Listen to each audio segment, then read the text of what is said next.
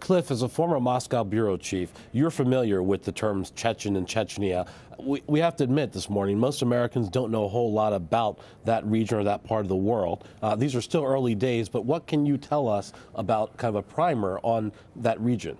What we know now, Marcus, is that the two suspects the authorities say are of Chechen origin, but that's all we really know. We don't know about any connections at all between the fact that they are of Chechen origin and what is going on or what has been going on in Chechnya. We think they've spent a lot of their lives here in the U.S. Exactly. Now, Chechnya is a predominantly Muslim region of southern Russia in the Caucasus region. It is a part of Russia, the Russian Federation. Residents of Chechnya are Russian citizens. And in Chechnya, there has been a separatist Islamic insurgency since the early 90s, since the breakup of the former Soviet Union. The Russian government has fought two very brutal civil wars to put down that insurgency, but it has continued at a kind of a low level for many, many years. And there have been terrorist incidents that have occurred in Russia because of this Chechen insurgency. But again, we have no idea whether or not there's any connection between what is going on now in Chechnya and in the Caucasus region overall, and in Russia, and what happened with the Boston Marathon. All we know is that these young men, these brothers, their origin is they're of Chechen origin. There is a community, a Chechen community in the U.S. We don't know how close they are to that community or to the issues back in Chechnya. That's correct. In fact, there is a very large Chechen exile community in both Europe, especially in Europe, and in Turkey and in other parts of the Middle East. They fled the civil war in Chechnya since the early 90s, and some of them, I think, have come to the United States as well.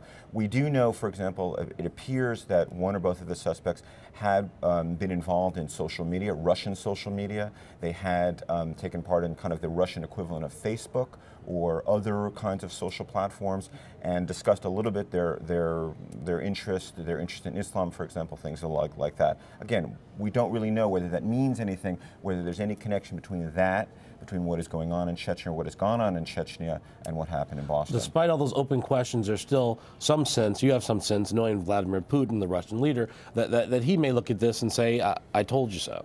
That's correct. I mean, I can say with some degree of certainty that in the Kremlin today, they are just saying that we told you so. They have complained for a long time that the West doesn't appreciate how difficult it's been for them to put down what they refer to as terrorism, this Muslim insurgency in Chechnya and the Caucasus region as a whole.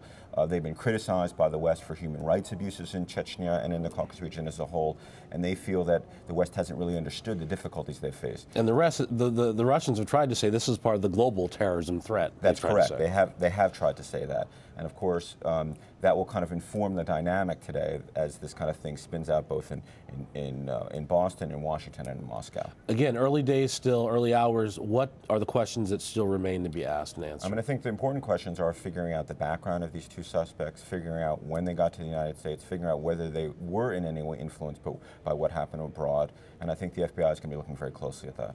Cliff, thanks so much for joining us. Thanks for having me.